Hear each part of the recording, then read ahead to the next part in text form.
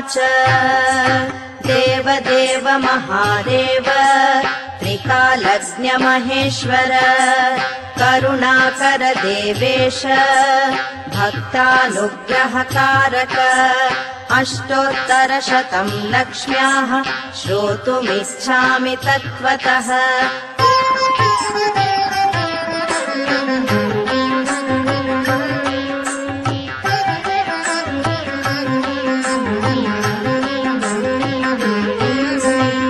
ईश्वर उवाच देवि साधु महाभागे महाभाग्यप्रदायकम् सर्वैश्वर्यकरम् पुण्यम् सर्वपापप्रणाशनम् सर्वदारिद्र्यशमनम् श्रवणात् भुक्तिमुक्तिदम् राज्यवश्यकरम् दिव्यम् गुह्यात् गुह्यतमम् परम् दुर्लभम् सर्वदेवानाम् चतुष्षष्टिकलास्पदम् पद्मादीनाम् वरान्तानाम् विधीनाम् नित्यदायकम्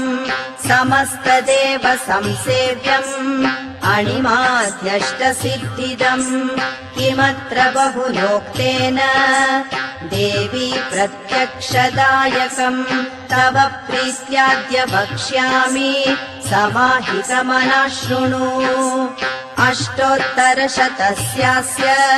महालक्ष्मीस्तु देवता क्लीं बीजं पदमित्युक्तम् शक्तिस्तु भुवनेश्वरी अङ्गन्यासः करन्यास स इत्यादिः प्रकीर्तितः ध्यानम्।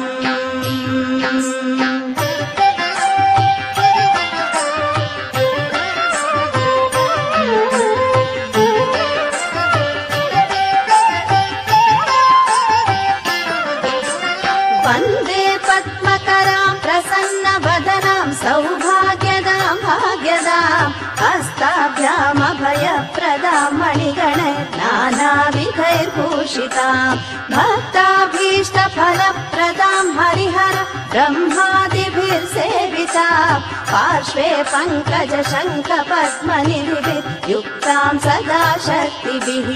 सरसिजनयने सरोजहस्ते धवलतरां शुकगन्धमाल्यशोभे भगवति हरिवल्लभे मनोज्ञे त्रिभुवनभूतिकरी प्रसीद मह्यम्।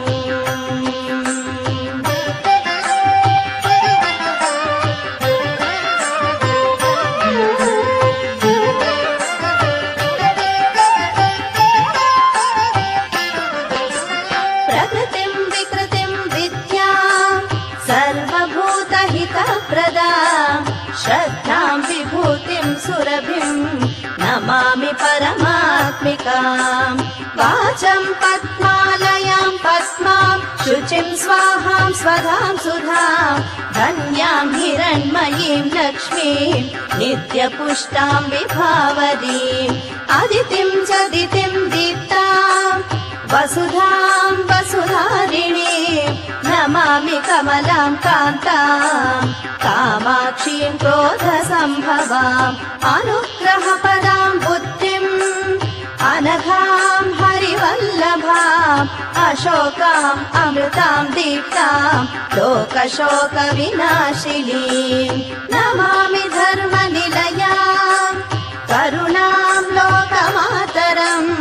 पद्मप्रियां पद्महस्तां पद्माक्षीं पद्मसुन्दरीं पद्मोद्भवां पद्ममुखीं पद्मनाभप्रियां रमां पद्ममालाधरां देवीं पद्मिनीं पद्मगन्धिनीं पुण्यगन्धां सुप्रसन्नां प्रसादाभिमुखीं प्रभां नमामि चन्द्रवदनां चन्द्रां चन्द्रसहोदरीम्।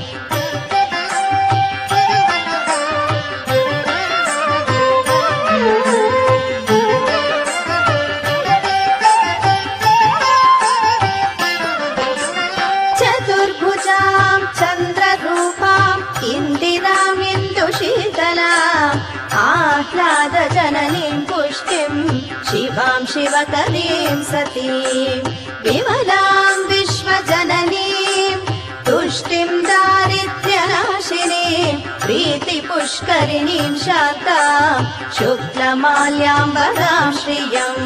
भास्करीम् बिल्वनिलयाम् वरारोहाम् यशस्विनीम् वसुन्धरामुदाराङ्गाम् हरिणीम् हेममालिनीम् धनधान्यकरीम् सिद्धिम्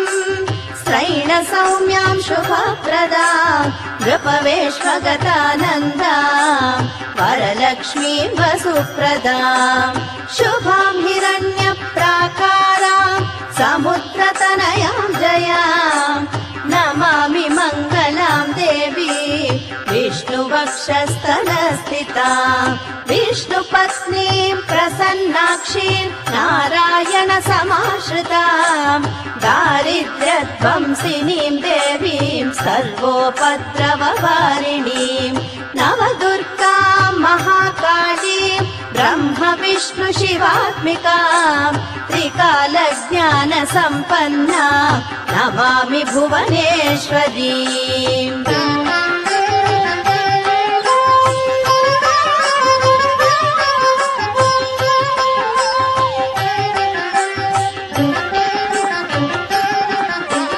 लक्ष्मीं क्षीरसमुद्रराजतनयं श्रीरङ्गधामेश्वरीं दासीभूत समस्तदेववनितां लोकैकदीपाङ्कुरां श्रीमन्मन्दकटाक्षलब्धविभवत् ब्रह्मेन्द्र गङ्गाधरां त्वां त्रैलोक्यकुटुम्बिनीं सरसिजां वन्दे मुकुन्दप्रियाम् मातर्नमामि कमले कमलायताक्षी श्रीविष्णुहृत्कमलवासिनि विश्वमातः क्षीरोदजे कमलकोमलगर्भगौरी लक्ष्मी प्रसीद सततं नमतां शरण्ये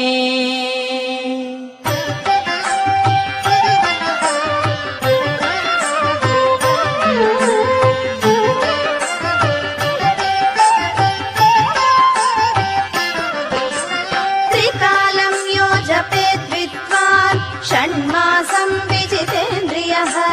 दारिद्र्यध्वंसनं कृत्वा सर्वमाप्नोति यत्नतः देवी नाम सहस्रेषु पुण्यमष्टोत्तरं शतम् येन श्रियमवाप्नोति कोटिजन्म दरिद्रतः भृगुवारे शतं धीमान् पठेद्वत्सरमात्रकम् अष्टैश्वर्यमवाप्नोति कुबेरैव भूतले दारिद्र्यमोचनं नाम स्तोत्रमप्पा परं शतम् येन श्रियमवाप्नोति कोटिजन्म दरिद्रतः भुक्त्वा तु विपुलान् भोगानस्याः सायुज्यमाप्नुयात् प्रातः काले पठे नित्यं सर्वदुःखोपशान्तये पठन्स्तु चिन्तये देवी सर्वाभरणभूषिता